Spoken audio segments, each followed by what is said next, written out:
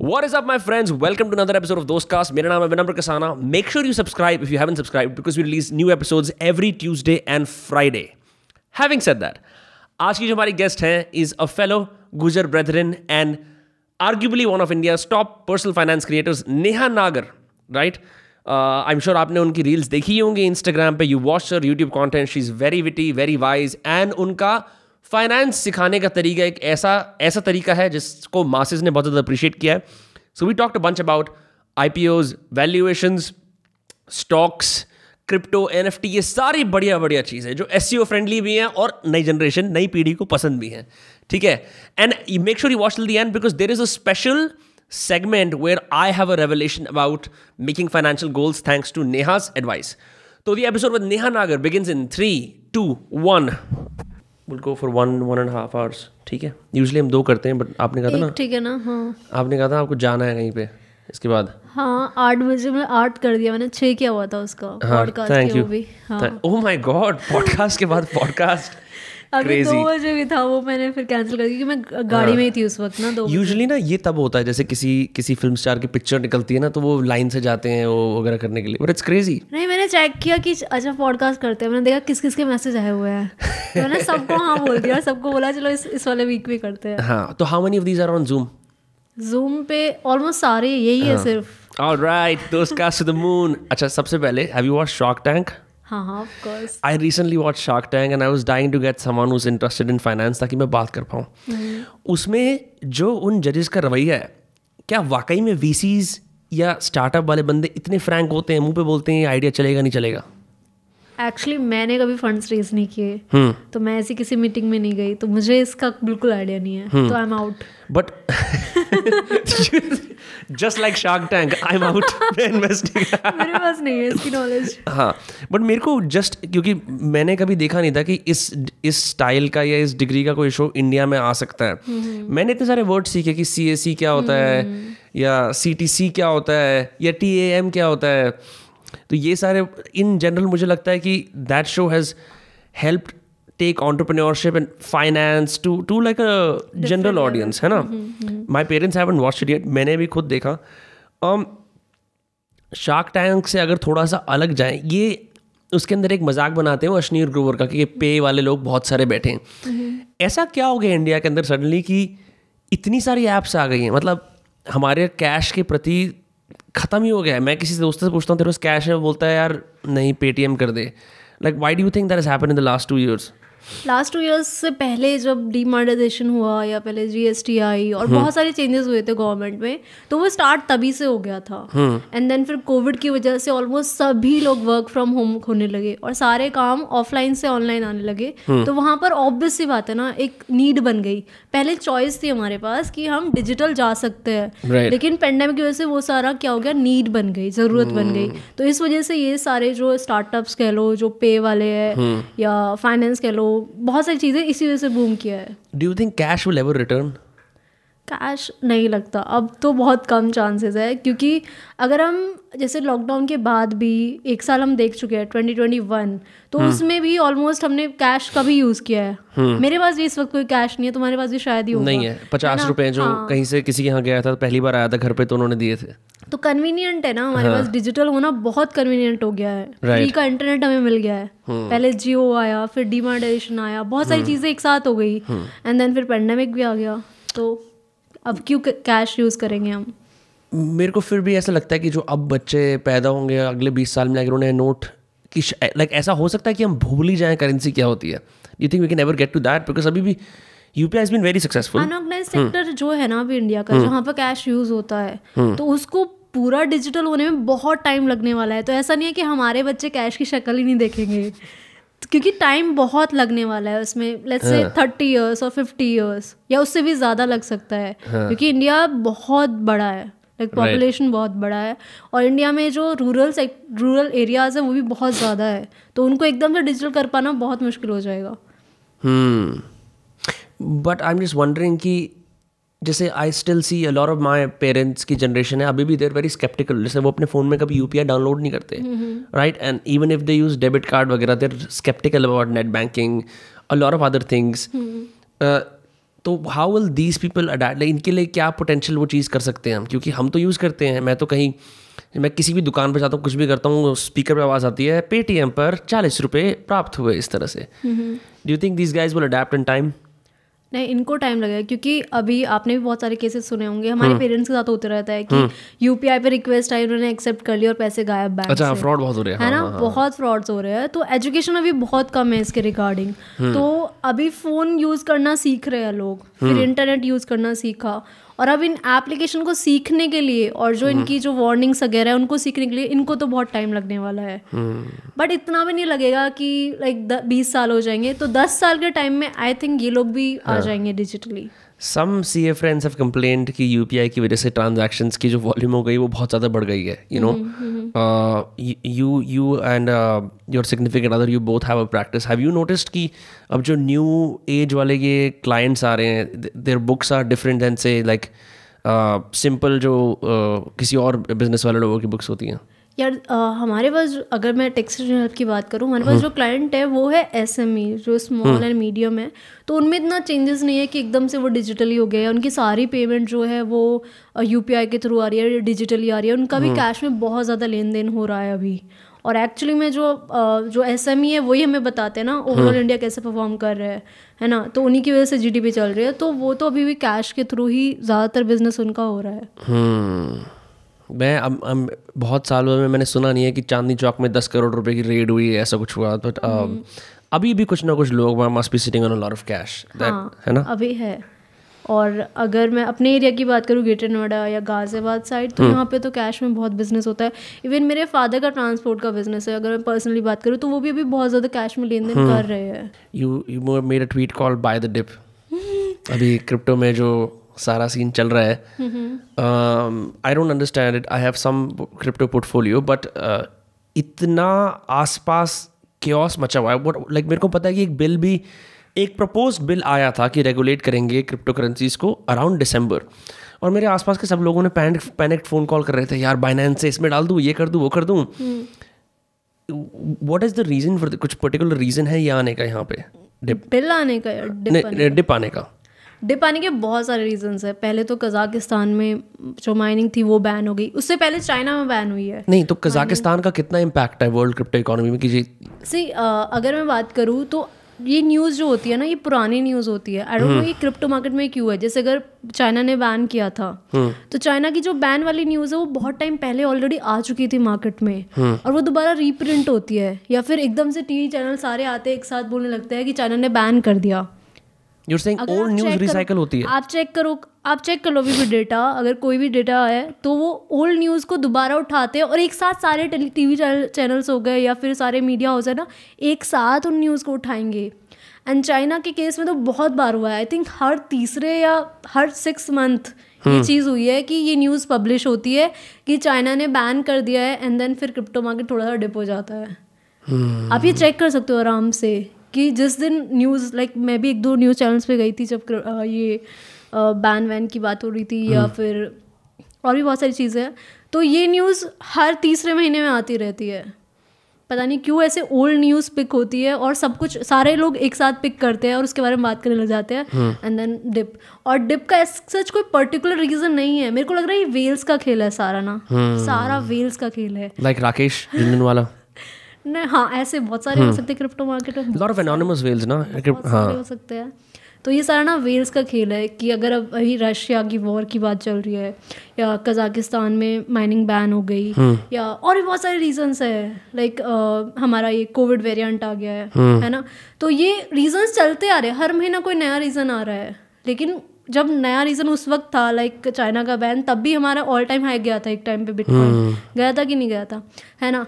तो ये negative news भी रहती है, साथ में पॉजिटिव न्यूज़ भी रहती है. लेकिन क्रिप्टो मार्केट क्यों डिप कर रही है, एग्जैक्टली क्या रीज़न है, सच में किसी को नहीं पता है. ओके, सो मतलब आई नो कि you won't explicitly give investment advice, but जो लोग स्टॉक्स में भी हैं, कुछ सेफ उनकी इन्वेस्टमेंट्स भी हैं, हाउ मच एक परसेंटेज क्या रहना चाहिए किसी इंसान का crypto versus traditional stocks?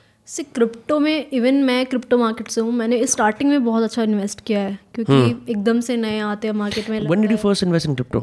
2020 because I know people who've been investing since 2014 बहुत पहले से नहीं इतना पहले से नहीं मैंने किया। मेरा जर्नी अगर देखो कि IIFL मैंने 2018 में ज्वाइन किया था, तो उस वक्त मैंने सुना था, मैंने रिसर्च किया था क्रिप्टो के बारे में, लेकिन उस वक्त मेरे पास खुद इतने फंड्स नहीं थे कि मैं इन्वेस्ट कर दूँ इतना ज़्यादा अमाउंट, है ना। तो फिर धीरे धीरे 2020 में मुझे थोड़ा कॉन्फिडेंस आने लगा, तो मैंने इन्वेस्ट किया। बट अगर आप अपनी बारे में पूछे या किसी जो सुन रहे हैं पॉडकास्ट, तो I would say 5%, just 5% crypto market में भी जाना चाहिए, क्योंकि ऑनेस्टली जितना भी मैंने पिछले 6-7 महीने में ऑब्जर्व किया है, तो मार्केट में न्यूज़ ऑलरेडी होती है यार, वो दोबारा से रीप्रिंट होती है और मार्केट डिप कर जाती है। तो वो क्रिएट की जाती है न्यूज़, या तो क्रिएट की जाती है या वो जानबूझ के रिपब्लिश की जाती है। तो इसीलिए अभी नहीं पता कि ऑर्बिट डिप होने वाला है, क्योंकि बहुत सारे जो बड़े इन्वेस्टर्स है बोल रहे हैं अभी तो विंटर फॉल आने वाला है क्रिप्टो में। विंटर फॉल क्या होता है? डिप आने वाला है, चलने वाला है ये, मतलब 2020 में क्योंकि नए इन्वेस्टर्स इतने सारे आ गए तो एकदम से बहुत हाई चला गया था। right, तो अभी करेक्शन की बारी है। तो ये कह रहे हैं ये करेक्शन मतलब ये था ड्यू था ये, तो ये अब होने वाला है। तो आने वाले ये कुछ लोग कहते हैं 1-2 साल होने वाला है, कुछ लोग कहते हैं 3 साल होने वाला है, लेकिन फिर अगर हम लॉन्ग टर्म की बात करें 10 साल तो फिर ऊपर ही जाएगी मार्केट, है ना। लेकिन पूरा वेल्स का खेल है एक्चुअली क्रिप्टो मार्केट ना। तो डिसेंट्रलाइज 5% या 10% आपको इन्वेस्ट करना चाहिए क्रिप्टो में। तो ये जो क्लेम है कि ये फुली डिसेंट्रलाइज है, इसका मतलब ये सच नहीं है कि क्योंकि अगर अभी भी कुछ लोग कंट्रोल कर रहे हैं तो it isn't as democratic as we thought it was. अगर डिसेंट्रलाइज्ड पे बहुत सारी क्वेरीज है एक्चुअली, अगर जैसे इथीरियम है या फिर जितने भी पॉलीगन, अगर हम नेटवर्क्स की बात करें तो चला तो इनको भी कोई टीम ही रही है ना। हम डाओ की बात कर रहे हो, डाओ को कौन चला रहा है? कोई एक मतलब कोई हेड होगा ना, उसमें चूज करते हैं हम, वोटिंग के थ्रू चूज कर रहे हैं डाओ में। तो एक्चुअली में जो पावर है वो किसी ग्रुप के पास है, लेट्स से 10 ग्रुप्स के पास है ना। हम तो सिर्फ वोट ही कर सकते हैं ना, जो होल्डर्स है, क्रिप्टो होल्डर्स है, तो हमने वोट कर दिया, लेकिन क्या डिसीजन लेना चाहिए, कौन सा प्रपोज करना चाहिए, कौन सा नहीं प्रपोज करना चाहिए, देन अगेन वो एक ग्रुप ऑफ पीपल के हाथ में है ना। तो मैं खुद क्रिप्टो मार्केट से, मैं खुद क्रिप्टो का कंटेंट बनाती हूँ, लेकिन ये एक्चुअली में हमें सोचना चाहिए कि कितने हद तक की चीज़ें डिसेंट्रलाइज्ड है, क्या एक्चुअली में डिसेंट्रलाइज है कि नहीं। अगर हम कुछ क्रिप्टो वॉलेट्स की बात करते हैं, ट्रस्ट वॉलेट है या मेटामास्क है, इवन एनी एप्लीकेशन जो बोलती है कि मैं डिसेंट्रलाइज्ड हूँ, तो कितने हद तक है वो डिसेंट्रलाइज, हमें क्या पता। तो इवन जैसे कार्डानो के कुछ इवेंट्स होते रहते हैं, तो जो कार्डानो का फाउंडर है वो भी इवेंट में आते रहते हैं, बात करते रहते हैं, तो वो इतना इंटरेस्ट ले रहे हैं, वो इसको चला रहे हैं, तो सारा कंट्रोल उन्हीं के पास तो है यार, है ना। तो कैसे डिसेंट्रलाइज्ड है। मेरे पास एक दोस्त का मैसेज आया था यूएसए से कि यार इसमें इन्वेस्ट कर, सीधा स्ट्रेट अप। कॉलेज का दोस्त कार्डानो में कर, ये बहुत सेफ कॉइन है। मैंने कहा ठीक है, मैंने डाल दिया। फिर वो बंदा लेक्स फ्रीडमैन के पॉडकास्ट पे भी आ गया। अब you know as someone who is very busy, you like कि चलो ठीक ही होगी इन्वेस्टमेंट। ऑब्वियसली डिपेंड करता है कि किस इंसान का कितना इंटरेस्ट है, बट आई फाउंड कि in my own life I have seen 2 kinds of investors. एक जो हर 1 मिनट ग्राफ को रिफ्रेश करते रहते हैं कि उसके अंदर से भी थोड़ा प्रॉफिट आ जाए, और एक ऐसे जो 2 साल में अपने वॉलेट को खोलते हैं। What is like a safe strategy to be in crypto, क्योंकि even for you to be able to talk about crypto you have to consume a lot, right. Constantly देखना पड़ता है कि क्या चल रहा है।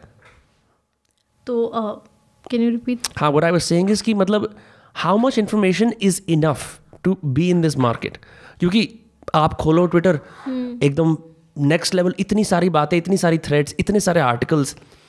फिर यूजुअली लोग क्या करते हैं, एक एक्सपर्ट को या 2 एक्सपर्ट्स को फॉलो करते हैं। कोई लाइक प्रॉपर कंजम्पशन स्ट्रैटेजी है एजुकेट करने के लिए अपने आप को क्रिप्टो में, ताकि आपका काम भी चलता रहे but you don't get to inundated. अगर आप इन्वेस्ट करो, स्टॉक मार्केट हो, क्रिप्टो मार्केट हो, कोई भी मार्केट हो, तो इतना ज़्यादा कंज्यूम करोगे तो आप बहुत ज़्यादा कंफ्यूज हो जाओगे। आप हर बार सवाल पूछोगे, क्या मैं होल्ड करूं, क्या मैं सेल करूं, अभी डिप आ गया, अब क्या करूं। तो अगर हम इन्वेस्ट कर रहे हैं, लेट्स से अगर आप 1 लाख रुपए, 10 लाख रुपए किसी असेट में अपना पुट कर रहे हो, तो वो हर मिनट उसके बारे में सोचने के लिए पुट नहीं कर रहे हो ना। आप एक टाइम पीरियड लोगे, डिसाइड करके पुट, अगर आप इन्वेस्ट करने से पहले डिसाइड कर रहे हो कि यार मैंने ना 5 साल के लिए इन्वेस्ट करना है, तो चलो ठीक है 5 नहीं तो 4 साल बाद हो सकता है आपने डिसीजन चेंज कर लिया। लेकिन अगर आप ये हर रोज़ पूछोगे, अगर आप इतना ज़्यादा कंज्यूम कर रहे हो ना फाइनेंस का कंटेंट या फिर इन्वेस्टमेंट्स के बारे में, तो आप हर बार अपने आप से सवाल पूछने लगोगे, आप पोर्टफोलियो चेंज करने लगोगे। और अच्छा पोर्टफोलियो वही होता है जिसमें अगर आपने स्टॉक चूज़ करे, लेट्स से 15 या 20 स्टॉक चूज़ कर, फोन साइलेंट कर देंगे प्लीज़। हाँ, तो आपने अगर स्टॉक है या क्रिप्टो है, 10 क्रिप्टो चूज़ कर लिया है, 15 स्टॉक चूज़ कर लिया है, तो अगर आप लॉन्ग टर्म इन्वेस्टर हो तो आप टाइम होराइजन जो है फिक्स करके चलोगे कि मैंने ये 2 साल के लिए खरीदा है और मैं ये होल्ड करने वाला हूँ, और अगर कोई बड़ी न्यूज़ आएगी तो मैं सोचूंगा, ये नहीं कि हर महीने कुछ मार्केट में नया आ रहा है तो यहाँ से मार्केट नीचे जाने वाली है, क्योंकि ये सवाल तो हम रोज़ पूछते हैं ना कि मार्केट यहाँ से नीचे जाएगी या ऊपर जाएगी। तो ये ऐसा नहीं है कि आज ही पूछ रहे तो हमेशा चलेगा ना, ये आने वाले 1 साल में भी चलेगा, 6 महीने में भी चलेगा। तो अगर आप क्रिप्टो में भी अमाउंट पुट कर रहे हो तो वो एक टाइम पीरियड पहले से डिसाइड कर लोगे, तो फिर आप थोड़ा चिल होकर इन्वेस्टमेंट कर पाओगे। और अगर आप ज़्यादा कंज्यूम कर रहे हो तो एजुकेट होने के लिए कंज्यूम करो, ना कि इस पॉइंट ऑफ इन्वेस्टमेंट स्टैंडपॉइंट से। हाँ, एजुकेट हो अपने आप को कि और थोड़ा कॉन्फिडेंस आए कि हाँ अच्छा यहाँ इन्वेस्ट किया हुआ तो सही किया हुआ है। लेकिन हर बार अपॉर्चुनिटी देखने के लिए अगर आप कंज्यूम करते रहोगे तो बहुत कन्फ्यूजन हो जाएगी, क्योंकि अगर आप पोर्टफोलियो बना रहे हो अपना तो 10 क्रिप्टो इज़ इनफ और 15 स्टॉक्स, 15 या 20 स्टॉक्स इज़ इनफ। और अगर आप इतना ज़्यादा कंज्यूम कर रहे हो इस पॉइंट ऑफ व्यू से कि ये अच्छा है वो अच्छा है, तो वो आप चेंजेस बहुत जल्दी करते रहोगे। एक निकाला, दूसरा ऐड किया पोर्टफोलियो में, और फिर उससे आपकी जो इन्वेस्टिंग जर्नी है थोड़ी हेडेक वाली बन जाएगी, तो वो स्मूथ नहीं रहेगी, टेंशन फ्री नहीं रहेगी। मैंने तो फ़ोन से हटा लिया वज़ीर एक्स। मैं लैपटॉप पे ही देखता हूँ एक्चुअली मैं, क्योंकि मैं भी जो प्लेटफॉर्म यूज़ करती हूँ मैंने भी इस मंथ अपना डिलीट किया है क्योंकि 2 प्लेटफॉर्म यूज़ करती हूँ मैं, एक होता है जो शॉर्ट टर्म वाली चीज़ें हैं उनके लिए, और एक लॉन्ग टर्म। तो लॉन्ग टर्म वाला मैंने डिलीट कर दिया, क्योंकि फ़ोन पे आप देखते रहते हो ये क्या चल रहा है, इतना परसेंट आप इतने परसेंट डाउन है, तो वो हेडेक नहीं चाहिए होती है। इन्वेस्टिंग के लिए बहुत मतलब माइंड में पीस चाहिए होता है। प्लस आपका सारा काम ही फाइनेंस के आसपास है, तो अपन को तो पढ़ना पड़ता है, बहुत ज़्यादा पढ़ना पड़ता है। तो one question that comes to my mind is कि everyone in your life including your audience who watches you for personal finance, relatable personal finance, easily explained, and the people in your life, दोस्त यार सब, see you as an expert. तो expert आदमी हमेशा एक expert की hat पहन के रखता है, हाँ एक्सपर्ट हूँ मुझे पता है। उसके लिए कितना ज़्यादा पढ़ना पड़ता है? कई बार ऐसा लगता है कि shit I don't know the answer for this. Does that happen? हाँ, प्रेशर फील होता है, क्योंकि जब आप मार्केट में निकल रहे हो ना और कोई बोलता है अच्छा नेहा नागर, तो खुशी तो बहुत होती है ना, लेकिन मुझे पता होता है नेक्स्ट उनका कोई क्वेश्चन आने वाला है या नेक्स्ट उनका कोई क्वेरी आने वाला है। तो ज़्यादातर लोग क्या करते हैं कि पोर्टफोलियो के बारे में पूछ लेते हैं अपने कि मैम ये वाला स्टॉक, पता है इतने सारे स्टॉक्स हैं, लाइक निफ्टी में भी बहुत सारे हैं और पूरी मार्केट में तो है ही खैर 5-6 हज़ार। तो तुम हर एक स्टॉक को नहीं ट्रैक करते हो ना, और ऑडियंस क्या सोचती है कि हमें हर एक स्टॉक की कहानी पता होनी चाहिए। अगर सुपर कंप्यूटर है। हाँ। तो अगर मैंने किसी स्टॉक का लाइक से अगर कोई फेमस है, अभी आरबीएल के बारे में थोड़ी न्यूज़ आई थी शायद। What is RBL? बैंक है, रॉयल बैंक ऑफ आरबीआई या RBL? RBL, I don't know what that is. हाँ, आरबीएल एक बैंक है। अच्छा, फुल फॉर्म तो मेरे को भी नहीं पता। तो उनकी एक न्यूज़ आई थी, तो मैं नहीं उसको ट्रैक करती हूँ। तो अगर मैं किसी से मिलती हूँ, मैम उसकी न्यूज़ आई है, तो न्यूज़ तो मैंने पढ़ी है लेकिन मैं उसकी जो पहले की हिस्ट्री है वो मेरे को नहीं पता है। मैंने एक एग्जांपल लिया है ये सिर्फ। ऐसे एचडीएफसी तो बहुत ज़्यादा फेमस है, तो ये जो टॉप जो निफ्टी की है या सेंसेक्स की है, इनकी कंपनीज़ के बारे में तो फिर भी तुम ट्रैक कर लोगे, लेकिन और बहुत सारी कंपनीज होती है, पेनी स्टॉक्स होते हैं जो लोग सोचते हैं कि मैम अगर मुझे मिली गई है या फिर लाइक लाइव के थ्रू या कोई डीएम में क्वेश्चन आ रहा है तो उनको चाहिए होता है उनके ऊपर। तो वो होता है कि फिर मुझे लगता है कि और ज़्यादा मुझे पढ़ना चाहिए, मुझे इसके बारे में पता होना चाहिए था, इन्होंने मेरे से पूछा है तो मेरे पास जवाब होना चाहिए था, तो फिर और पढ़ना पड़ता है उसके बारे में। तो ये जो प्रेशर है ना कि हाँ आई शुड नो एवरीथिंग, तो ये है मेरे पास, मतलब होता है आई थिंक सभी फाइनेंस कंटेंट क्रिएटर्स के लिए। लेकिन सीख रहे हैं, हम भी सीख रहे हैं और कई बार हम गलत भी हो जाते हैं, तो बट ये चलता है आई थिंक। सभी फाइनेंस क्रिएटर्स का a lot of the top ones, you, Rachna Ranade, Anushka Rathore और 3-4 और जो नाम आते हैं, ये वो वेरी स्ट्रॉन्ग कम्युनिटी। मैंने एक चीज़ नोटिस करी है, जैसे मैंने एडटेक बहुत समय से इंडिया में एक तरह से, या एजुकेशनल कंटेंट इंडिया में बहुत समय से है। लोग लेक्चर्स दे रहे हैं, 10 साल पुराने लेक्चर हैं, 8 साल पुराने, फिजिक्स केमिस्ट्री इन सब चीज़ों पे। बट कुछ ऐसा पैंडेमिक में शिफ्ट हुआ कि सडनली सब लोग कह रहे थे यार हमारे फाइनेंसेस सेफ नहीं है, उनकी जॉब सेफ नहीं है, right? And then there like maybe we need to think more about managing money than just you know buying Excel sheet पे कुछ कर लिया, right? From a strictly personal finance standpoint, अगर किसी इंसान का कुछ महीने का पैसा आता है, या मतलब यू नो जस्ट कोई भी इंसान कोई पैसा कमाता है, from a software and tool stand point, what do you think are some of the things that people can use to make their life simpler? क्योंकि मैं पर्सनल प्रॉब्लम बताता हूँ, मैं अगर जाता हूँ यार कि यार मुझे ना अब अपने फाइनेंसेस एक जगह पे चाहिए, ये दिक्कत आती है। नोशन का एक टेम्पलेट खरीद लो $7 का, वो आपके लिए करके दे देंगे। you need a budget.com कुछ कह रहा है, मिंट कुछ कह रहा है, इतने सारे टूल्स हैं फिर आई एम लाइक यार पेपर पेन पे आना पड़ेगा. The problem with paper pen है कि फिर तुम उसे ट्रांसफरेबली और लोगों को कैसे दिखाओ जो आपके साथ काम करते हैं, है ना, आप उसे ट्रैक कैसे कर सकते हो. So what are some tools that you yourself use to make your life better? बहुत सारी एप्लीकेशंस आ गई है क्योंकि 2020 के बाद इन्वेस्टिंग में बहुत सारे नए लोग आए हैं. पर्सनल फाइनेंस मैनेजमेंट के लिए भी बहुत सारी रिक्वायरमेंट्स आई है, तो बहुत सारी एप्लीकेशंस आ गई है. एक दो के अगर मैं नाम लूँ, गोडच है, जुपिटर है, जो खुद से ये सारी चीज़ें मैनेज कर देती है. हम अपने टारगेट वहाँ पे डिसाइड कर सकते हैं, गोल डिसाइड कर सकते हैं अपना कि हमें 2 साल बाद ये इतना अमाउंट चाहिए होगा, और वो खुद से प्लानिंग करके हमें दे सकते हैं. मतलब रेडीमेड सब कुछ हो रहा है इन एप्लीकेशंस के थ्रू जो अभी मार्केट में आ रही है. तो ऐसा एक्सेल वाला टाइम चला गया है. तो अगर आप इन ऐप्स को यूज़ कर सकते हो, ये पेड नहीं है, तो आराम से इजी. और डेबिट कार्ड या क्रेडिट कार्ड, क्योंकि ये भी साइड में कोई बिजनेस ही कर रहा है ना, तो ये अपना डेबिट कार्ड बेच रहे हैं साइड में, या कोई क्रेडिट कार्ड बेच रहा है, तो वो भी यूज़ कर सकते हो आप. तो ये आपकी लाइफ को ईजी बना रहा है. कुछ एप्लीकेशंस है जहाँ पर आप सारी इन्वेस्टमेंट्स को अपनी ट्रैक कर सकते हो. तो रिव्यूज़ पढ़ के आप ये सारी एप्लीकेशंस यूज़ कर सकते हो. It's quite easy. और जैसे कि मैं टिम फेरिस का पॉडकास्ट सुनता हूँ, तो often he mentions this company called Wealthfront, ठीक है. और वो उसका he does the promo for them, क्योंकि ही तो कहता है they manage your investments up to a certain point. और ऐसे अगर आप इस पॉडकास्ट के लिसनर हो तो आप जाके इतना $5,000 अपने पहले के मुफ्त के मैनेज करा सकते हो. So now in this complicated crypto plus NFT plus Web3 plus stocks, अब ये जो नई स्पेस आ गई है, एज अ लेमैन मेरे को कम समझ में आती है. Are there any companies that people should consider अगर वो खुद ये दिमाग नहीं लगाना चाहते? ये कोई मेरे वेल्थ मैनेजमेंट की बहुत सारी कंपनीज है. मैंने IIFL में काम किया है, वहाँ पर हमारा यही काम था, वेल्थ मैनेजमेंट. लाइक आप मुझे बताओ कि आपके पोर्टफोलियो में कितना है, आपको कितना इन्वेस्ट करना है, 1 ईयर करना है, 10 लाख करना है.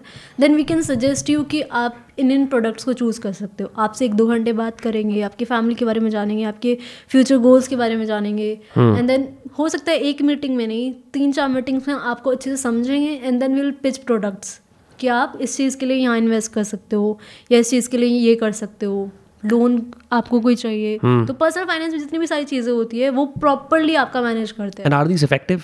हाँ पक्का. अरे आई हैव वर्कड फॉर नहीं आई नो, बिकॉज मैंने कभी यूज़ नहीं करा and I am on that verge where I think कि that will be a better option. Problem कहाँ होती है? प्रॉब्लम यहाँ होती है क्योंकि अगर कोई कंपनी में मैं काम कर रही हूँ एज अ वेल्थ मैनेजर और मैं आपके फाइनेंसेस मैनेज कर रही हूँ, तो जिनके प्रोडक्ट्स मैं पिच कर रही हूँ आपको, लाइक मैंने कुछ म्यूचुअल फंड आपको पिच किए, या कुछ इंश्योरेंस पिच किया, या कोई लोन भी पिच किया, तो मुझे कुछ परसेंटेज कमीशन मिल रहा होता है ना.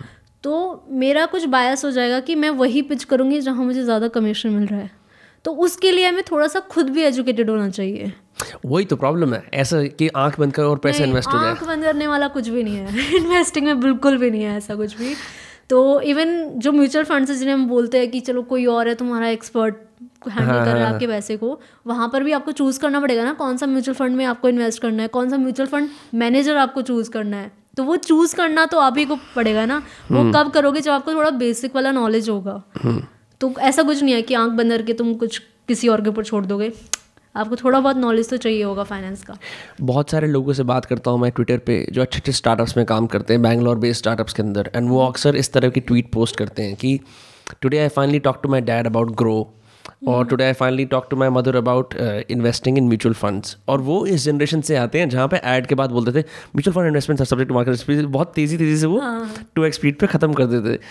तो I guess a good place to start this on कि नाउ दैट वी नो कि अब मार्केट में बहुत अलग तरह के फाइनेंशियल इंस्ट्रूमेंट्स आ गए हैं. अब एक डिफरेंट दुनिया बन रही है. क्रिप्टो भी आ रहा है, NFTs भी आ रहे हैं, वर्चुअली थिंग्स जो हम we can't see, like money we can see. ठीक है, ये कॉन्वर्सेशंस पेरेंट्स से करना और अपने ट्रेडिशनल पेरेंट्स को जिन्होंने एक प्रकार से पैसा कमाया, specially if you run a family business, you know what are some tips for that maybe. Because अगर आपको कोई फैमिली का बिजनेस है और आप मान लो यूनिवर्सिटी ऑफ ब्रैडफोर्ड से पढ़ के आ गए, आपको पता है कि हाँ मैं ही मतलब I have an edge over crypto, मैं समझता हूँ, बट आपके पेरेंट्स बड़े ट्रेडिशनल हैं, वो आज भी पुरानी बैलेंस शीट चेक करते हैं, पेटी कैश में विश्वास करते हैं. तो वो परसुएशन वाला प्रोसेस कैसे हो सकता है? क्योंकि बहुत सारे लोग मेरे को बोलते हैं यार कि हम भी ये इसमें करना चाहते हैं बट पेरेंट्स नहीं मानते. पेरेंट्स को कन्विंस करना बहुत डिफिकल्ट है ये मतलब मैंने खुद बहुत बार ट्राई किया बहुत सारी चीज़ों के लिए, पहले वो करियर हो या कोई और चीज़ हो, ठीक है, उनको कन्विंस करना बहुत ही ज़्यादा डिफिकल्ट है। लेकिन अगर आप कंसिस्टेंटली लगे रहोगे और उनको समझाते रहोगे, लाइक आपने कुछ पॉइंट डिस्कस किया कि बाबा एफडी नहीं म्यूचुअल फंड, मेरे घर में खुद ये कहानी, मेरे पेरेंट्स एजुकेटेड नहीं है और उनका जो बिजनेस है वो ट्रांसपोर्ट का है, जो पूरा ट्रेडिशनल पुराना टाइप का जो होता है ना वैसा वाला 20 ट्रक आ रहे 30 ट्रक आ रहे टाइप का, वैसा टाइप का बिजनेस है उनका। तो उनको म्यूचुअल फंड तक मैं लेके तो आई हूँ ना, म्यूचुअल फंड तक तो लेके आई हूँ ना। तो मैंने स्टार्ट ही ऐसे किया है कि जो सेफेस्ट इन्वेस्टमेंट, मतलब स्टॉक से मत डालो, क्रिप्टो में मत डालो, बट एफडी में मत डालो, एनएफटी तो बोल भी मत देना।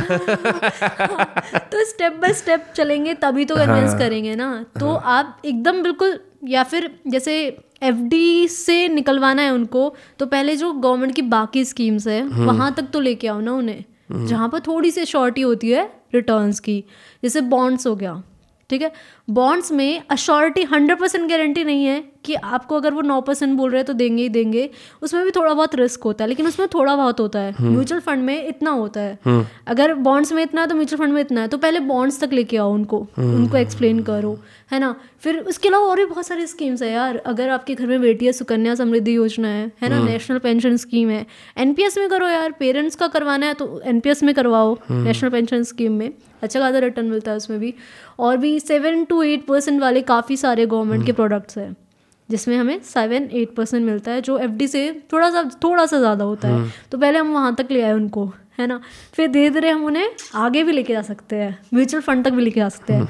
म्यूचुअल फंड तक ले आए वो भी बहुत बड़ी बात है, क्योंकि जब म्यूचुअल फंड तक लेके आया तो हमने उन्हें समझा दिया है ना, स्टॉक्स होते हैं बहुत सारे और उसकी जो बास्केट होती है उसे म्यूचुअल फंड कहते हैं, है ना, है कि नहीं। तो वहाँ तक ले आए, फिर हम स्टॉक्स तक लेके आ सकते हैं। स्टॉक्स तक बहुत है, पेरेंट्स को लेके आना, क्रिप्टो तक नहीं पहुँच पाएंगे। मैं वेट कर रहा हूँ उस दिन की जब पापा बोलेंगे मैंने एक ईद से बोर्ड एपी आर्ट्स क्लब का एक वो खरीदा है। एनएफटीज लाइक ओह शिट, उनको समझाना मुश्किल हो जाएगा। हाँ बहुत, मैं अपने आप को ही नहीं समझा पाता एनएफटीज के बारे में एक्चुअली में, क्योंकि ब्लॉकचेन समझा दो मुझे कोई, 1 मिनट में समझा दो, बहुत मुश्किल है, बहुत मुश्किल है ना। तो बहुत डिफिकल्ट कॉन्सेप्ट है, but you made it very easy through your YouTube. At least ये कि एटलीस्ट एक जो हिंदी बेल्ट है वो समझ पाए। हाँ, क्योंकि इंग्लिश कंटेंट बहुत है ना, क्रिप्टो पे, स्पेशली क्रिप्टो पे, ट्विटर पे बहुत ज़्यादा है, यूट्यूब पे बहुत ज़्यादा है। हाँ, इंग्लिश कंटेंट बहुत ही ज़्यादा है, हिंदी ऑडियंस को नहीं पता है अभी ये सारी चीज़ें, है ना। और तो हिंदी ऑडियंस को सुनने को मिल रहा है 10 मिनट की वीडियो होती है, लेकिन उसमें एक्सप्लेन करना ईजी है ना। और जब मैं ऐसे पब्लिक में मिलती हूँ किसी से, तो उनको एकदम से एक्सप्लेन कर पाना थोड़ा सा डिफिकल्ट हो जाता है। तो इतना अच्छे से समझना है या इतने अच्छे समझाना है कि मुझे कोई 30 सेकंड दे तो मैं ब्लॉकचेन आराम से बता पाऊँ। एलिवेटर पिच वाला हिसाब नहीं है कि 15 सेकंड में बता दिया, बहुत मुश्किल है। हाँ, बहुत मुश्किल है। जैसे आप पैसे की पैसा क्या होता है वो आप समझा सकते हो कि it is the exchange value, है ना, वो बहुत यूं बता दिया। जब मैं ब्लॉकचेन समझाऊंगी या एनएफटी समझाऊंगी, उसके लिए ना मुझे कॉन्टेक्स्ट देने पड़ेंगे, जैसे ये होता था वैसे ये एनालॉजीज के थ्रू, हाँ, इसका प्रॉब्लम है, ये सॉल्व कर रहा है, तो वो पूरा एग्जाम्पल है, तो उसमें 1 मिनट से ऊपर चला जाएगा आराम से। बट फिर भी like now you doing personal finance content, you doing stock market crypto content, how do you even have the time to understand कि कौन सी एनएफटी चल रही है? बिकॉज मैंने ना हल्का सा मैंने ऐसे झांक के देखा कि क्या चल रहा है और मैंने कहा ओह शिट, इसके अंदर भी मतलब फिर मेरे को पूरे माया जाल में घुसना पड़ेगा समझने के लिए। कहते हैं ना, क्रिप्टो यहाँ है और एनएफटी यहाँ है, NFT is next level, right, है ना। और जब हम क्रिप्टो में रिसर्च करते हैं तो इतना ज़्यादा रिसर्च कर लो, कितना ही रिसर्च कर लो, 10-12 पॉइंट्स है, लेकिन एंड में एक रिजल्ट ये निकलता है कि जिसका ज़्यादा बज़ है वो क्रिप्टो ऊपर जा रही है। I think same case is with NFT, right. जितना ज़्यादा नाम है, जितने ज़्यादा उसके साथ लोग जुड़े हुए हैं, वो ऊपर जा रही है ना। और क्योंकि ये नई मार्केट है तो बहुत ज़्यादा वॉलेटाइल है, बहुत ज़्यादा रिस्की है। तो इसीलिए, क्योंकि अभी मैं अपनी ऑडियंस को इंट्रोड्यूस कर रही हूँ धीरे धीरे क्रिप्टो से, एंड देन धीरे धीरे एनएफटी, तो पहले क्रिप्टो तो समझ में आए, फिर मैं एनएफटी समझा पाऊंगी उनको। तो मैंने एनएफटी पे डाली है पहली वीडियो अपनी, and then will move forward. Do you buy and sell your own NFTs? मतलब अभी करना शुरू करा है? नहीं, मैं एनएफटी में नहीं हूँ अभी, मैं सिर्फ क्रिप्टो मार्केट में हूँ। एनएफटी बाय सेल ट्रेडिंग वाला तो बिल्कुल नहीं हूँ। एनएफटी जैसे मैंने वीडियो बनानी थी, उसके लिए रिसर्च करना था, तो उस वक्त मैंने खरीदी, होल्ड की, दैट्स इट। वो सिखाने के लिए मैंने ये सारी चीज़ें की। बट एनी ऐसे जैसे व्हेन यू डिसाइडेड कि अब इस पे काम करना है, वीडियो पे बनानी, वो डिसीजंस कौन से थे जिन्होंने इन्फ्लुएंस करा this is gonna be my first NFT? कोई आर्टिकल पढ़े, किसी की ट्विटर थ्रेड देखी, कौन सी NFT ली basically? Bored Ape Yacht Club के लिए या किसी और? नहीं, बोर्ड, क्योंकि टॉप वही चल रही है। हाँ. और मेरा यही रूल है, अगर तुम कहीं किसी मार्केट में नए एंटर कर रहे हो ना, तो जो टॉप 10 है या टॉप 5 है उन्हीं को पकड़ो। नहीं पकड़ोगे तो फंस जाओगे, क्योंकि अभी तुम्हें समझना है उस मार्केट को। और अभी 2021 के एकदम एंड में मैंने ये मार्केट पकड़ी है NFT वाली, और जबकि ये चल कब से रही है, जो बज़ है एकदम से हाई है आई थिंक जून जुलाई में ये बहुत ज़्यादा हो रहा था NFT। तो उस वक्त मैंने पढ़ा, समझा, ठीक है, लेकिन जब मुझे एक्चुअली में इसके बारे में वीडियो बनानी थी तो कन्विक्शन के लिए मैंने कहा चलो खरीद के भी देख लेते हैं। तो लेकिन फर्स्ट रूल यही है कि अगर आप क्रिप्टो मार्केट में आ रहे हो, NFT में आ रहे हो, तो जो टॉप 10 है वहाँ से स्टार्ट करो। एंड देन जब आपको नॉलेज, क्योंकि अब आपने खरीद लिया है, आपको थोड़ा इंटरेस्ट तो आ गया है ना, तो आप रिसर्च करो कि नेक्स्ट जो नई NFT लॉन्च हो रही है, मिंट हो रही है जो नई वाली, तो उसके बारे में आपको फिर और ज़्यादा नॉलेज मिलेगी। मतलब एड़ी तिरछी NFTs जो कोई ऐसी रैंडम लोग पेडल कर रहे हैं उनसे सावधान रहो। अरे बाबू राव, पता नहीं क्या क्या NFTs के बाबू राव NFTs? हाँ, बहुत। अच्छा, वो जो परेश रावल का कैरेक्टर है, हेरा फेरा वाली। हाँ। तो क्योंकि मैं क्रिप्टो मार्केट से, मतलब क्रिप्टो यूट्यूबर्स हूँ, तो बहुत सारे NFTs के वो आते हैं कि हमारी NFT प्रमोट कर दो। अच्छा। बहुत अजीब व गरीब होती है, लाइक वो कुछ भी कैच करते हैं, कुछ ट्रेंडिंग चल रहा है और उसकी क्रिप्टो बना देते हैं, NFT बना देते हैं। हाँ, मेरे को व्हाट्सएप पे एक किसी का प्रपोजल आया था जिसके अंदर दे वर डिसाइडिंग कि इंडियन गॉड्स और इंडियन सेलिब्रिटीज़ के ऊपर NFTs निकलेंगी। फिर मैं अब देखता हूँ कि मैंने हाल फिलहाल किसकी फोटो देखी थी, बाइनेंस का जो CEO था वो संजय दत्त का खड़ा हुआ था। मैंने कहा ये क्या हो रहा है, ये कैसे हो रहा है? वो कोई प्रमोशन ही होने वाला है। अच्छा, but like how does it even someone like, okay, so Sanjay Dutt is old, you know, how does someone from Binance go to meet Sanjay Dutt and explain, sir आपको ये काम करना है? यार इंडिया में, मतलब इंडिया का आपको पता है कि सबसे ज़्यादा मतलब इन्वेस्टर्स यहीं पर है। हाँ। है ना, ऑलमोस्ट जो टॉप 3 कंट्रीज आती है उसमें से इंडिया आती है क्रिप्टो मार्केट में है। और 10 करोड़ आई थिंक जो, तो US एक हो गया। हाँ, US नंबर 1 पे होगा शायद। I think 3rd, I don't know, but US India I know, है ना। जब ये बैन की बात हो रही थी तब इसके बारे में बहुत डिस्कशन हो रहा था कि इंडिया कैसे आ गया टॉप में। तो 10 करोड़ का नंबर निकल के आया था। फिर उस पर कुछ बहस भी हो रही थी कि ये 10 करोड़ नहीं है, ये गलत नंबर्स निकल के आए हैं। जो वजीर एक्स है, जो हमारे प्लेटफॉर्म है, उन्होंने बताया था। बट लेट्स सपोज अगर 10 करोड़ है तो इंडिया मार्केट बहुत बड़ी है इन लोगों के लिए। बाइनेंस हो गया या कोई भी इंटरनेशनल हमारा एक्सचेंज हो गया, तो इंडिया में फिर वो उन्हीं को पकड़ेंगे ना जो हमारे टॉप टियर इन्फ्लुएंसर्स हैं, हाँ, सेलिब्रिटीज़ है। तो रणवीर सिंह, अमिताभ बच्चन और आई थिंक और किसी को तो नहीं लिया। या आई बेट वो कॉन्वर्सेशन कैसी होगी, अभिषेक बच्चन क्या होगा अपने फादर के पास, पापा ये NFT आई इनमें लगा दो, आप अभी फेमस हो, काम चल जाएगा आपका। नहीं, अभी सब राइड कर रहे हैं ना NFT वेव में, सब अपना लेके आ रहे हैं। मुझे भी कई सारे जो सेलिब्रिटीज़ है हमारे इन्फ्लुएंसर्स, उनके मैसेज आते हैं कि आप बताइए हम क्रिएट कैसे करें अपना। मैंने कहा करो, व्हाई नॉट। अच्छा, अभी सिर्फ हाई, अभी ये नहीं पता कि बनाना कैसे है। लॉट ऑफ पीपल, हाँ, बट उन्हें पता है कि अच्छा वो एक मतलब नाम तो उन्होंने क्रिएट किया हुआ इंडस्ट्री में, इन्फ्लुएंसर है या फिर सेलिब्रिटी है, तो उनको लगता है कि कुछ मिस ना हो जाए, तो इसलिए मतलब वो देख रहे हैं कि हम भी अपना कुछ कलेक्शन लेके आते हैं। यू नेवर नो कौन सा हिट हो जाए, है ना। पिक ही होना है, ऑडियंस पिक कर लेगी क्या पता, तो हमारा अच्छा चल जाएगा। तुमने सोचा कभी NFT?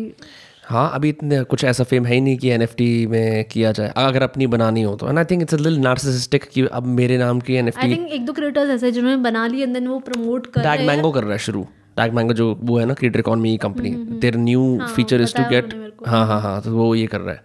I am a little sceptical, क्योंकि क्रिएटर्स देखो अच्छे हैं, उनके सब आ जाते हैं, पर इतना भी नहीं है कि कोई NFT, I could be wrong as an absolute layman. I have seen few creators, मतलब जो आप कह रहे हो कि आप इतने बड़े नाम नहीं हो, वो भी नाम नहीं थे, लेकिन उन्होंने NFT क्रिएट की, फिर उसके अराउंड उन्होंने कंटेंट क्रिएट किया। पहले अपना NFT कलेक्शन बनाया, देन उसके अराउंड कंटेंट क्रिएट किया कि मेरी NFT है। हाँ, नहीं, नॉलेज वाला। ओके, ऐसी NFT क्या होता है, NFT कैसे चूज करनी है, क्रिप्टो क्या होता है, एंड देन उनके पास प्रोडक्ट तो पहले से ही है, अब उन्होंने कंटेंट क्रिएट करके ऑडियंस भी बिल्ड कर लिया है, तो उनकी NFT चल रही है। देखो, मैं मानता हूँ पहले थोड़ा फिएट मनी कमा लिया जाए और अच्छी तरह से ये साथ साथ कर लिया जाए। मैं खुद भी, मतलब मेरे से भी कई सारे मतलब लोग DM वगैरह में पूछते हैं कि आप अपनी भी लेके आओ, बट मुझे नहीं लग रहा कि मेरे को अभी अपनी NFT लेकर आनी चाहिए। मुझे लग रहा है थोड़ा मार्केट को चलने दो, क्योंकि लोग ना बहुत पैसा खोने वाले हैं इस मार्केट में ना, मेरे को वो डर लगता है। यार रिमेंबर व्हाट यू सेड कि वो मतलब करेक्शन आएगा दोबारा से। हाँ, तो NFT मार्केट आई थिंक थोड़ा हो गया ना, धीमे हो गया अभी थोड़ा सा, तो हो सकता है जिन्होंने एकदम जो बूम का टाइम था, जून जुलाई आई थिंक अगस्त वाला टाइम था वो बूम का, जब एकदम से बोर्ड ऐप भी बहुत ज़्यादा फेमस हो गए, बहुत सारे क्रिप्टो के प्रोजेक्ट्स, NFT के प्रोजेक्ट्स थे वो फेमस हो गए, तो हो सकता है उस वक्त उन्होंने बहुत हाई वैल्यूएशन में वो खरीदे थे, अब उनका प्राइस नॉर्मल चल रहा हो तो लॉस तो हुआ है ना लोगों को। तो अभी ये धीरे धीरे मतलब आई थिंक दोबारा ये उठ रहा है, मुझे ऐसा लग रहा है पिछले एक हफ्ते से कि NFT वाला बस दोबारा से उठ रहा है, फिर से नए इन्वेस्टर्स इसमें आएंगे, NFT खरीदेंगे, बहुत सारे लोग लॉन्च करेंगे एंड देन फिर वो दोबारा से, तो लॉस होने वाला है इसमें, तो मैं अभी इसे दूर दूर से देख रही हूँ। वही नेक्स्ट क्वेश्चन यही आता है कि how do you zoom out, क्योंकि अब अगर आप 3 मार्केट्स को फॉलो कर रहे हो, एक NFT मार्केट, एक क्रिप्टो मार्केट, स्टॉक मार्केट, हाँ NFT is very different from crypto market ना, समझ गया। तो मैं वही कह रहा हूँ, how do you zoom out, because you are following so many, मतलब आई एम अज्यूमिंग कि तुम्हारा लाइक जो डेली रूटीन होता होगा, ग्राफ्स देखना, नंबर्स देखना, तो how do you zoom out and understand कि लाइक इस इन सब चीज़ों का जो इम्पैक्ट है वो हफ्ते का क्या है, महीने का क्या है, as opposed to daily, you know, because when you are so involved in this it's hard to kind of like, मतलब ऐसा हो जाता है कि डू यू लूज ट्रैक कि क्या आसपास क्या हो रहा है। नहीं, थोड़ा इंटरेस्ट आ चुका है अब, तो वो इंटरेस्ट के लिए करना पड़ता है, लाइक इंटरेस्ट आ चुका है, अच्छा आज मैंने चेक नहीं किया तो ऐसा लगता है कुछ मिसिंग है, मैंने कुछ चेक नहीं किया, वो रूटीन का हिस्सा बन गया। हाँ, तो ऐसा लगता है कुछ मिसिंग है। जैसे अभी मेरे यहाँ कुछ किसी रिलेटिव की शादी थी, तो मैं 7 डेज में थोड़ा सा ऑफ ट्रैक चली गई थी, तो मुझे वो शाम को फील होता था कुछ मिसिंग है, मैंने कुछ चेक नहीं किया है तो वो एक हैबिट बन चुकी है और उसमें इंटरेस्ट आता है। और जब तुम सब कुछ डिटेल में देख रहे हो, लाइक एक न्यूज़ आई, अच्छा ठीक है, फिर दूसरी न्यूज़ आई, तो तुम खुद ही कनेक्ट करने लग जाते हो, इस न्यूज़ का ये इफेक्ट हो सकता है, या इस न्यूज़ से ये हो सकता है, अच्छा ये है, फिर 2-3 चीज़ों को तुम खुद ही माइंड में कनेक्शन बनने लग जाते हैं इस चीज़ों के। तो जब तुम किसी चीज़ में इतना इन्वॉल्व हो तो हो सकता है कभी कभी जूम आउट करना डिफ़िकल्ट हो जाए, लेकिन ट्विटर बहुत अच्छी चीज़ है इसके लिए तो ट्विटर पे जाओ, दूसरों के ओपिनियन देखो, कोई क्या बात कर रहा है, एंड देन तुमने तो इतनी सारी चीज़ें पढ़ी है, लाइक अगर आप कुछ एप्लीकेशन है, ET है, हमारा मनी कंट्रोल है, बहुत सारे एप्लीकेशन है, तो 5 मिनट ET देख लिया, पहले हेडलाइंस पढ़ ली, फिर मनी कंट्रोल की हेडलाइंस पढ़ ली, तो तुम्हें पता लग जाएगी कि एक ऐसी न्यूज़ है, मतलब 5-6 न्यूज़ ऐसी है जो हर जगह कॉमन है, मतलब इनके बारे में ज़्यादा बात हो रही है, तो इनके बारे में मुझे डिटेल में पता होना चाहिए। फिर ट्विटर पे जाओ, फिर देखोगे कि इनके बारे में लोग क्या डिस्कस कर रहे हैं, उनका क्या ओपिनियन है, क्योंकि ET है या मनी कंट्रोल है, इन पे क्या है, सिंपल न्यूज़ दिख रही है ना, ओपिनियन नहीं दिख रहा है, लेकिन ओपिनियन जानना भी ज़रूरी होता है कि 2 टाइप के लोग, एक अगेंस्ट में होगा, एक सपोर्ट में होगा, तो उनको फिर तुम खुद अपने माइंड के अकॉर्डिंग, जो तुम्हारी एजुकेशन है उसके अकॉर्डिंग इवैल्यूएट करोगे, फिर तुम वहाँ से कुछ कंक्लूजन निकाल सकते हो कि अभी ये जो हफ्ता है ना, ये बज़ अपसाइड है और ये धीरे धीरे कम हो रहा है। तो वो ट्विटर के लिए, ट्विटर पे जाके ये सारी चीज़ें बहुत आराम से पता लग जाती है। हाँ, ट्विटर पे एक और भी फीचर है लिस्ट्स करके, हाँ, जहाँ पे अगर आप सबको अनफॉलो कर दो और बोलो कि सॉरी, मतलब आई लाइक यू बट मेरे को मैंने देखा है नीरज सर ये करते हैं, मैंने बाद में नोटिस करा, वो ना सबको अनफॉलो कर देते हैं, लेकिन जिस फील्ड में वो इंटरेस्टेड है ना, नीरज अरोड़ा सर 2-3 उस फील्ड के लोगों को फॉलो करते हैं, पूरे हफ्ते महीने उन्हीं का कंटेंट देखते हैं सिर्फ। सो बेसिकली ट्विटर केओस की बजाय एक बड़ा वो बन जाता है, लाइक एजुकेशनल, हाँ, ऑर्गेनाइज बन जाता है। ट्विटर का भी चैलेंज यही है ना कि मतलब आप अगर डिफरेंट फील्ड्स के लोगों को फॉलो कर रहे हो, एक तरफ NFT की न्यूज़ आ रही है, एक तरफ ये आ रहा है relatable 2 AM peak Bengaluru content, तो बड़ा कंफ्यूजिंग हो जाता है। तो ट्विटर पे अपने जैसे लोग, जैसा कंटेंट तुम्हें कंज्यूम, क्योंकि टाइम बहुत कम है ना यार, ऐसा नहीं कि तुम हर टाइप का कंटेंट कंज्यूम कर लोगे, तो एक लिमिटेड टाइम है तुम्हें, और तुम लिमिटेड टाइम दे रहे हो हर चीज़ के लिए, तो तुम्हें फॉलो भी वही करना पड़ेगा जिसका कंज्यूम तुम कर सकते हो और जो एक्चुअली में बेनिफिशियल है आपके लिए। जब तुम कंटेंट क्रिएटर हो, तुम ऐसा नहीं कुछ भी कंज्यूम कर रहे हो इंटरेस्ट का, तुम्हें एक ये भी सोचना होगा कि ऑडियंस के लिए क्या यूजफुल होगा, ऑडियंस को, है ना। हाँ, तो माइंड में हमेशा ये चलता रहता है, कुछ भी कंज्यूम कर रहे हो, लाइक मैं यहाँ बात कर रही हूँ, तो मुझे लग रहा है कि ऑडियंस के लिए कुछ अच्छा आना चाहिए, है ना। वो तो है, तो ऑडियंस हमेशा माइंड में रहती है। ये अच्छी चीज़ है, बिकॉज मैं भी ये चीज़, जब मैंने थोड़ा ज़्यादा यूट्यूब पे मतलब पुश आउट करा इस साल, तो मैंने नोटिस करा मैं क्या गंद कंज्यूम कर रहा हूँ, यूट्यूब गॉसिप वगैरह, एंड लाइक मेरा दिमाग ना बहुत समय के लिए प्रदूषित हो गया। So now I have to go back to my books, I have to go back to the stuff I did, जिसकी वजह से मैं ये कर पाया in the first place. Because you don't realise कि हम लोग ना अपने कंजम्पशन पैटर्न में बिल्कुल ध्यान नहीं देते और केयरलेस हो जाते हैं। स्टेप बाय स्टेप आपकी कंजम्पशन पैटर्न कुछ और था सितंबर के स्टार्टिंग में, दिसंबर में जाओगे आप कुछ और ही कर रहे हो, तो बहुत केयरफुल होना पड़ता है उस चीज़ के लिए।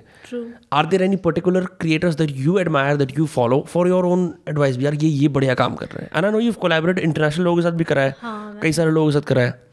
मैं अभी जो रिसेंट है जो मेरे मतलब वॉच लिस्ट में रहता है कि अच्छा इसकी वीडियो देखनी है आज, वो अक्षत अग्रवाल है। आपने देखा होगा? नहीं, मैंने नहीं देखा। अगर अक्षत श्रीवास्तव, सॉरी। तो वो भी डेली कंटेंट प्रोड्यूस कर रहे हैं एंड उनकी 13 से 17 मिनट की वीडियो होती है, लेकिन लंबी वाली वीडियोस वो डेली प्रोड्यूस कर रहे हैं यूट्यूब पे। वो बहुत बड़ी बात है और सारे टॉपिक माइंड ब्लोइंग होते हैं। तो मतलब उनकी तो मैं फ़ैन हूँ एकदम, तो उनका कंटेंट तो मैं डेली चेक करती हूँ एंड आई वुड सजेस्ट सबको करना चाहिए। अक्षत श्रीवास्तव, पर्सनल फाइनेंस क्रिएटर। हाँ जी, अच्छा, वो पर्सनल फाइनेंस में है। कोई क्रेडिबिलिटी की बात करते हैं हम, ठीक है। You and your significant other run a big finance practice, plus you had experience like you said कि वेल्थ मैनेजमेंट भी करी है। मेरी एक छोटी सी शिकायत है और वो ये कि इस पर्सनल फाइनेंस के फील्ड में, this is a conversation I had with people who don't make content but जो उसमें काम करते हैं, कि बहुत सारा फ्लफ भी इकट्ठा हो गया है। बहुत सारे ऐसे लोग आ गए हैं जिन्होंने एक्चुअली वेल्थ जनरेट नहीं करी, वो वेल्थ मैनेजमेंट की बात कर रहे हैं। मुझे लगता है इसमें कुछ गलत नहीं है। मैं खुद ऐसे कंटेंट क्रिएटर्स को जानती हूँ जो अभी 12th के एग्ज़ाम है उनके, अभी रिसेंट में 12th के एग्ज़ाम है उनके, और उन्होंने स्टार्टिंग की थी आई थिंक उन्होंने मोटिवेशन से, कुछ ने स्टार्टिंग की थी सॉफ्टवेयर के बारे में बता के, एंड देन जब उन्होंने देखा कि जो वेव है वो फाइनेंस की तरफ है, तो उन्होंने फाइनेंस का कंटेंट देना स्टार्ट कर दिया।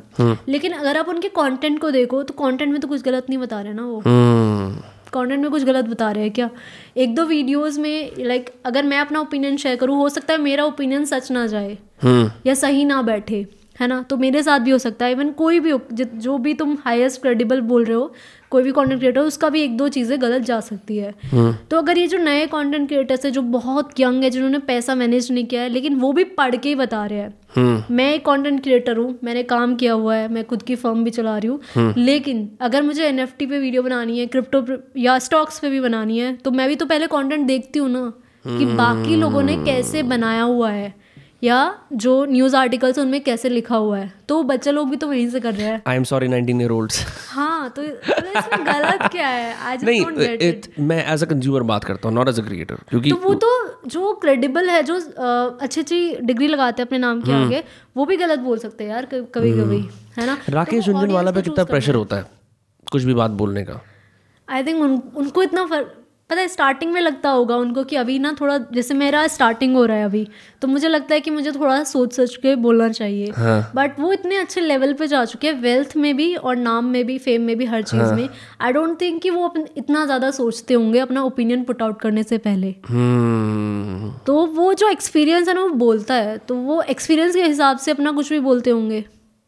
तो इतना मुझे नहीं लगता उनके ऊपर प्रेशर होगा, क्योंकि मैं भी ये चीज़ें सीख रही हूँ। मुझे भी स्टार्टिंग में लगता है कि यार मतलब कुछ ऐसा बोलना चाहिए जो मेरी ऑडियंस सोच के आई है कि नेहा नागर मतलब ये, लेकिन मुझे अपना थोड़ा रियलिटी भी तो दिखानी है ना, कि मैं एक्चुअली में नेहा नागर कौन हूँ, है ना। और फाइनेंस से तो लोग सोचते हैं कि तुम्हारे पास बिलियंस में वेल्थ होनी चाहिए। नहीं है भाई, नहीं है मेरे पास बिलियंस में वेल्थ, है ना।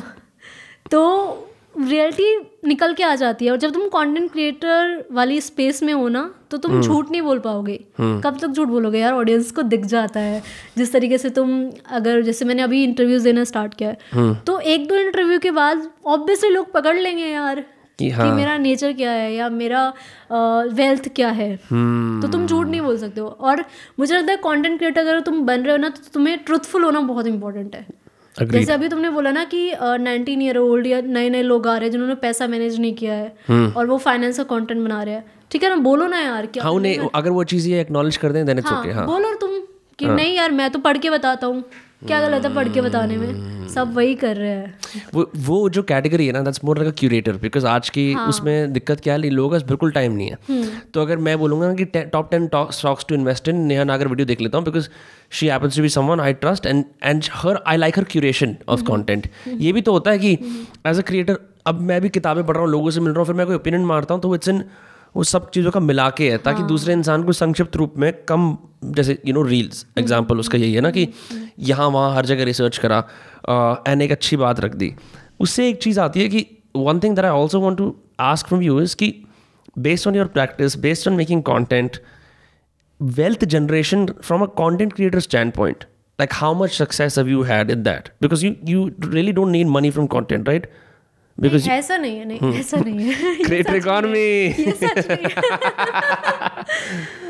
मेरा जो वेल्थ का इन्वेस्टमेंट वाला पार्ट है ना, वो 2018 में जब मैंने ज्वाइन किया था, क्योंकि अर्निंग जब शुरू होती है तभी तुम, और अभी तो ये अवेयरनेस फैला रहे हैं हम कि अर्निंग शुरू होने से पहले भी तुम इन्वेस्टमेंट के बारे में थोड़ा बहुत सोचो, थोड़ा बहुत सेव करना सीखो और उसे इन्वेस्ट करना सीखो। लेकिन उस पॉइंट ऑफ टाइम पर ऐसा ही था ना कि जब तुम कमाओगे तभी इन्वेस्ट करोगे, और जब तुम्हारे पास थोड़ा बहुत फंड कलेक्ट हो जाएगा और जब तुम्हें लगेगा कि हाँ तुम्हारे सारे खर्चे इस फंड से हो सकते हैं, फिर जो बचा कुछ है वो इन्वेस्ट करते थे हम।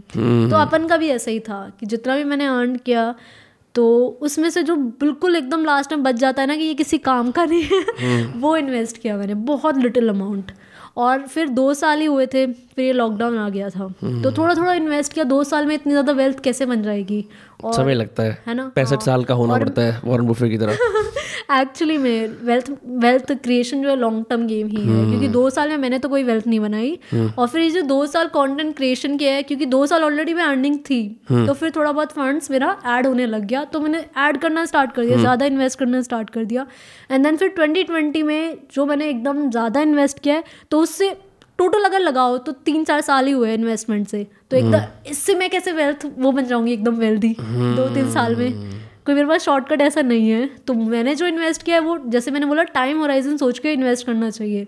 तो 10 ईयर प्लान, 20 साल 30 साल। हाँ, ज़्यादा भी नहीं, 10 ईयर बहुत लंबा, लोग सोचते 10 ईयर बहुत लंबा है, सबको क्विक मनी चाहिए, तो 5 ईयर सोच के चल लो। तो मैं तो मेरी यही फिलॉसफी है कि अगर कोई स्टॉक, क्रिप्टो कुछ भी पिक कर रहे हो ना, तो टाइम पीरियड जो है ना दिमाग में रख के चलो कि इससे पहले मैं इसको हिलाने में सोचूंगा 10 बार। ऐसा नहीं कि मार्केट डिप जाने वाली है, सभी अभी बात कर रहे हैं मार्केट और डिप जाएगी, तो ऐसा नहीं है कि जो मेरे पोर्टफोलियो में वो बेच दूंगी या प्रॉफिट बुक कर लूंगी। मैंने सोचा हुआ है कि यार मुझे पता था कि हो सकता है नेक्स्ट ईयर, क्योंकि you are accounted for it mentally, ये हो सकता है। हाँ, ऑफ कोर्स सारे इन्वेस्टर्स, मतलब सबको पता होता है। जो बिल्कुल नए हैं, जिन्होंने एकदम अभी डाला है वैसा, वो सोचते हैं 10 बार। फटके पड़े हैं कभी पोर्टफोलियो पे भारी? हाँ यार। तो वो चीज़ क्या सिखाते हैं? क्योंकि ना अभी मेरे को एक बंदा है, नियॉन मैन, उसका पॉडकास्ट कर रहा था मैं, वो यूट्यूब पे न्यूज़ बनाता है, तो उसने मुझे बताया, एक बाहर का क्रिएटर है KSI, उसने अपनी पोर्टफोलियो दिखाया, he loss $5.1 million in the last year और सो, उसके काफ़ी। एंड टिम फेरिस ने भी दिखाया कि he loss 70% of his portfolio in the pandemic. तो what do these really bad dips teach you? Despite आप कितनी भी प्रिपेयर कर लो, कुछ अनएक्सपेक्टेड भी तो हो जाता है कई बार। मेरा 50% डाउन गया, 50% क्रिप्टो में। और बट क्योंकि पता था मार्केट में बहुत ज़्यादा वॉलेटिलिटी है, तो मैंने डिडंट रियली अफेक्ट यू। मैंने डिलीट कर दी थी ऐप। तो मेरा तो यही फंडा है, ये पैसा मेरा है नहीं, ऐप डिलीट कर दो। क्योंकि मैंने इन्वेस्ट वही किया है ना कि जो मेरे को लग रहा है कि मैंने इमरजेंसी फंड भी बना लिया है, मतलब पहले पर्सनल फाइनेंस मैनेज किया है मैंने, फिर इन्वेस्ट किया है। आजकल जो नए इन्वेस्टर्स आ रहे हैं वो क्या कर रहे हैं, कुछ भी अर्न कर रहे हैं सारा इन्वेस्ट कर रहे हैं, और वो जब डूबेगा नहीं, थोड़ा नीचे जाएगा तो उनको टेंशन होगी। तो अपन ने क्या इन्वेस्ट किया है कि जो अपना पूरा पहले पर्सनल फाइनेंस मैनेज किया है, फिर इन्वेस्टिंग आती है। तो पहले पर्सनल फाइनेंस करो, अपना मैनेज करो अच्छे से, देन इन्वेस्ट करो, तो आपको हेडेक जो है ना वो सेल करने वाली या फिर क्रैश वाली जो टेंशन होती है वो कम होगी। एक मशहूर बास्केटबॉलर है शकील ओनील, उसने ना मैं तो ऐसी रैंडम कोट्स वगैरह देखता रहता हूँ इंस्टाग्राम पे, कहीं से कुछ आ गया कहीं से कुछ आ गया। मैं ऐसे एक कॉन्क्रीट, मेरे पास वो करिकुलम नहीं है इन्वेस्टिंग समझने के लिए। तो किसी इंटरव्यू में कह रहा था कि अब वो बास्केटबॉलर है, उनको बहुत मोटे पैसे मिलते हैं, स्पॉन्सरशिप वगैरह का। कहता ये मेरे इन्वेस्टिंग के रूल है। तो मैंने सुनना शुरू कर दिया, जो मिलता है 50% सेविंग में डालो, बाकी 50% में से 25% इन्वेस्ट करो, वो जो 25% बच जाए उसके ऐश करो। मैंने कहा ठीक कह रहा है। तो मैंने सारा पर्सनल फाइनेंस कंटेंट फॉलो करना छोड़ दिया। मैंने कहा इसी की बात सुनूंगा। बट लाइक ऐसे arbitrary rules, how effective are they? अभी एक रूल हमारा है ना 50-30-20 वाला, कि जो तुम्हारे खर्चे उसे 50% में रख लो, और जो तुम्हारे ऐश वाली चीज़ें हैं उन्हें 20% में रख लो, और जो बाकी 30% है वो आप इन्वेस्ट कर दो। तो ये बहुत ही सही रूल है, एक्चुअली में बहुत सही रूल है। सही में? हाँ, बहुत अच्छा रूल है ये, बहुत ही अच्छा रूल है। तो 30% करो ना इन्वेस्ट। तो मतलब दोबारा से समझाएं, 50% कंप्लीट सेविंग्स, जो खर्चे एक्सपेंसेस मेन इम्पोर्टेंट, जैसे तुम्हारा बिल वगैरह है ना, इसमें चला जाएगा तुम्हारा इनकम जो भी तुम मंथली कमा रहे हो। एंड देन फिर 20% ऐश करने के लिए, घूमने फिरने, मूवी वगैरह, जो इतने ज़्यादा इम्पोर्टेंट बिग चिल पे जाके पास्ता खाने के लिए जो तुम करोगे, है ना। एंड देन फिर जो बाकी भी है 30% वो तुम इन्वेस्ट कर दो, but not just like what do you think for example जब पैसा बैंक में रखा होता है अकाउंट के अंदर that isn't savings anymore that has changed. मैंने बहुत टाइम तक रखा था. मैंने जो भी अर्न किया ना, मैंने, क्योंकि मैं खुद वेल्थ मैनेजमेंट भी थी लेकिन मैं फिर भी डरती थी. मैं ऐसे नहीं कि अच्छा मैंने, जैसे मेरे बॉस वगैरह है या मैं जो मीटिंग्स में जाती थी ना वेल्थ मैनेजमेंट, वो लोग बताते थे अपनी कहानियाँ कि भाई मैंने उस ईयर में इन्वेस्ट किया था, मेरा पैसा पहले डबल हो गया, फिर मैंने उसको और पैसे दे दिए, जो उनका वेल्थ मैनेजर था पुराना, और फिर वो सारे पैसे डुबा दिया. तो ऐसे कहानियाँ बताते थे. ऐसी बहुत अच्छी अच्छी कहानियाँ भी बताई कुछ लोगों ने कि ये जो शेयर है ना, HDFC का सबसे ज़्यादा नाम लिया करते थे लोग उस वक्त 2018 में, कि HDFC में मेरे पैसा इतना बढ़ गया. तो मेरे को भी बहुत टेम्पटेशन हुआ करती थी यार HDFC में पैसा लगा देते हैं, है ना. बट मैंने फिर भी टाइम लिया क्योंकि 2018 में मार्केट बहुत वॉलेटाइल थी. ऐसा नहीं था कि एकदम अप साइड जा रही है, ऐसा नहीं था डाउन जा रही है ना, थोड़ा नीचे थी मार्केट. तो माहौल ऐसे ही था, क्लाइंट से मिलते थे तो वो भी डरे डरे से होते थे, तो मैं भी और भी ज़्यादा डर गई. तो मैंने अपना अमाउंट इतना ज़्यादा इन्वेस्ट नहीं किया पहले.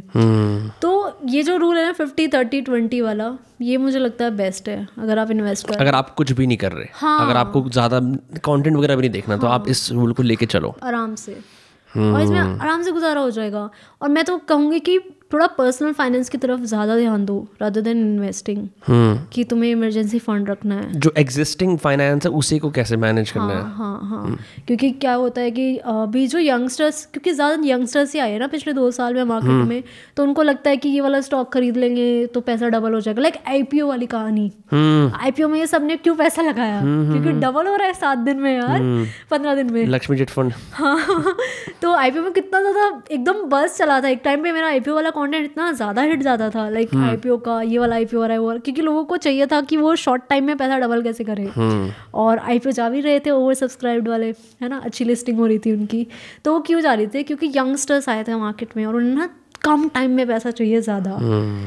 बट जो पर्सनल फाइनेंस है ना, वो ज़्यादा इंपॉर्टेंट है कि तुम पहले अपने गोल डिसाइड करो कि आपको 5 साल में ये करना है, 10 साल में ये करना है, 15 साल में ये करना है.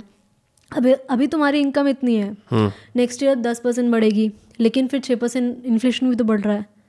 I saw your video on FDs. हाँ कि उसके रिटर्न एक्चुअली 6% नहीं, इन्फ्लेशन से 2% काट लो, फिर कुछ और कर लो. हाँ एक्चुअली में टैक्स भी घटेगा. तो ये सारे अकाउंट में लेने चाहिए. तो जो एक्सेल वाला है ना, अगर आप एक्सेल यूज़ कर रहे हो तो एक्सेल में यूज़ करो, अदरवाइज ये वाली जो एप्लीकेशन आती है वो यूज़ कर लो. तो उसमें क्या होता है, क्या करना होता है आपको मैनेज, कि आप पहले अपना गोल लिखो, 1 2 3 जितने भी गोल्स. सॉरी, ऐप्स का नाम दोबारा से जुपिटर और GoDutch भी है, और बहुत सारी हाँ, मतलब ऐसा कोई पर्टिकुलर नहीं है. रिव्यूज पढ़ लेना, क्योंकि कई ये नहीं है 1 स्टार रिव्यू वाली ऐप खरीद लो. हाँ. तो ऐसी एप्लीकेशंस का यूज़ कर सकते हो आप गोल प्लानिंग के लिए. अदरवाइज खुद एक्सेल में भी कर सकते हो कि अभी मेरे को फॉरेन एजुकेशन पे जाना है, फॉरेन ट्रिप पे जाना है, गाड़ी खरीदनी है, घर खरीदनी है, इनमें मोटा अमाउंट लगता है ना सारे. इन चीज़ों के बारे में मतलब आप कॉन्शियसली सोचना, ऐसा नहीं कि रैंडमली कि ओ पैसा आ रहा है और लगा दिया कहीं भी. हाँ. तो वो नाम लिख के लगाना है कि ये जो मैं स्टॉक खरीद रहा हूँ ना, ये स्टॉक मेरा इटली का है, ये मेरे 7वें बेटे के लिए जब होगा. एक्चुअली तो फिर उसके बाद जो पैसा आप कहीं और लगा रहे हो, जैसे थोड़ा बहुत बच गया है, फिर वो क्रिप्टो में लगा दो, NFT में लगा दो. ये थोड़े हाईली रिस्की वाले हैं ना, तो यहाँ पर आप पैसा डबल करने के लिए लगा सकते हो. लोग उल्टा कर रहे हैं, लोग पहले क्रिप्टो में घुस रहे हैं, NFT में घुस रहे हैं, क्योंकि वहाँ पर छोटे टाइम में तुम्हें ज़्यादा रिटर्न्स मिल रहे हैं. नई टर्म आई, क्रिप्टो मैक्सिमलिस्ट्स, जो मैक्सिमल इन्वेस्टमेंट्स अपनी क्रिप्टो में करते हैं. हाँ मैं खुद यार 2021 में मैंने बहुत ज़्यादा अमाउंट लगा दिया था. मैंने बताया 50%, तो वो उसी वक्त but you've learned your lesson ever since. मतलब 2021 बहुत अच्छा गया है, मतलब एक्सपीरियंस और नॉलेज और ये सारी चीज़ें. लेकिन मैं अफोर्ड कर पाई ना 50%, मैं स्टे इन्वेस्टेड, मतलब मेरे को इतना ज़्यादा स्ट्रेस नहीं हुआ. लेकिन काफ़ी सारे लोग हैं, मेरे पास एक मैम का मैसेज आया था, तो आई थिंक उन्होंने फादर का पैसा रिटायर होने पे जो मिलता है वो 20-30 लाख रुपए क्रिप्टो में लगा दे रहे हो. और उनका मैसेज, मतलब मेरे को रिप्लाई करते हुए मेरे हाथ काँप रहे थे, और कह रही थी मैडम मेरा 50% डाउन है पोर्टफोलियो. तो मतलब गलत चीज़ें सिखा रहे हैं यार. अगर मैं क्रिप्टो में कंटेंट दे रही हूँ, मैं इसका मतलब ये नहीं कि तुम अंधा वैसा लगा दो एक क्रिप्टो में, प्लीज.